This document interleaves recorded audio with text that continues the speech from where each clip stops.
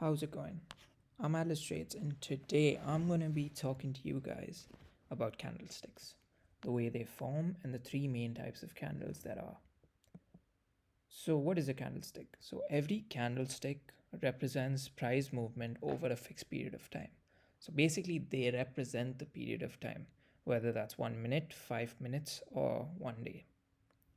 So, every single candle has four prices: the open, which where the price which the price where the candle actually starts; the high, which is the highest price that the candle ever reaches; the low, which is the lowest price the candle reaches; and the close is the price where the candle ends or finishes. So what's a bullish versus a bearish candle? So candle is bullish when price closes above where it opens, and it first opens here, goes lower to form the lower wick, then goes higher to the high of the candle, and goes slightly lower to form the top wick.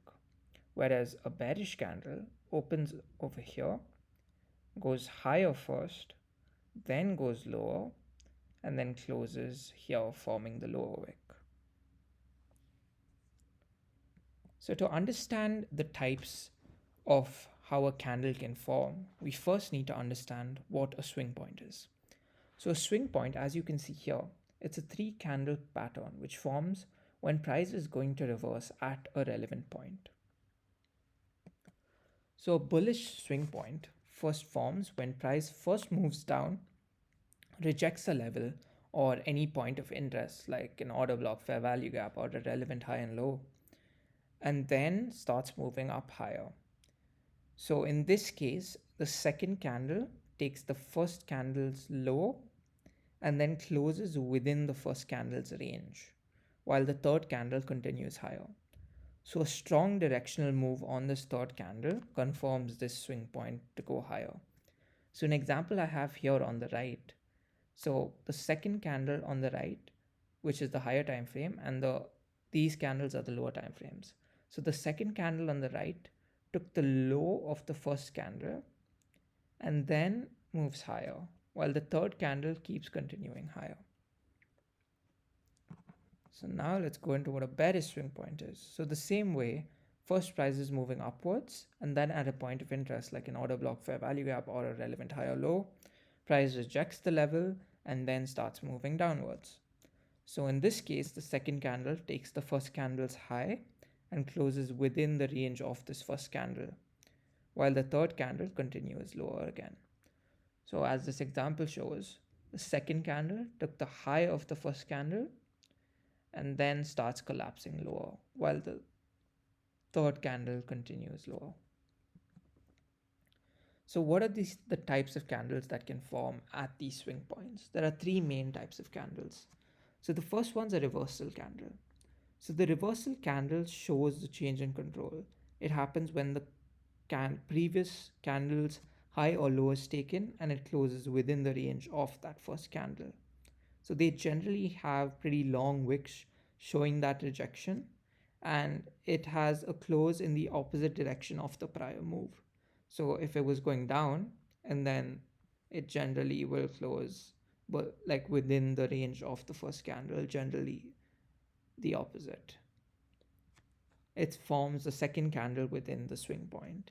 So in this example, you can see this candle is a reversal candle where it took the high of the previous candle and closed inside the range of that first candle. Next, I'm going to move on to what a directional candle is. So the directional continuational candle is a candle which shows significant strength or momentum. It's generally formed at the third or fourth candle within the swing point, and it's characterized by large bodies and tiny wicks in the direction of the move. So it has the tiny wicks because it's not confused as to where it wants to go, and it knows the direction and it's strong in that direction.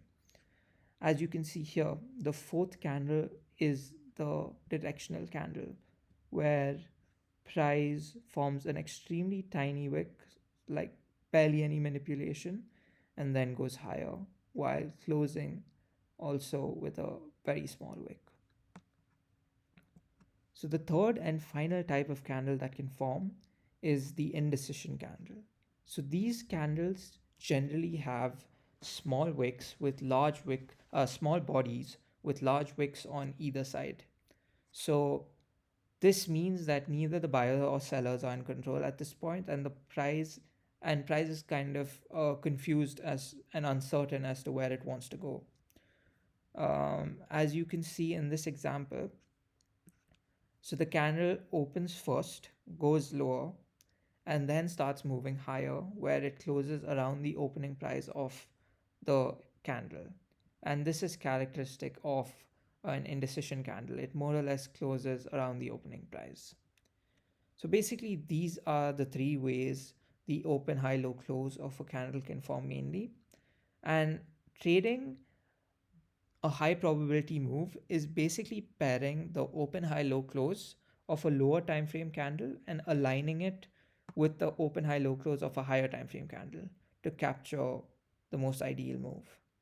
Ideally, this would happen in a directional candle, and as this would be the expansionary move, which is the best phase of price to capture any good move in. Yep, so that's it for this video. Please like and subscribe if you learned something, and join the Discord through the link below. See you for day 4.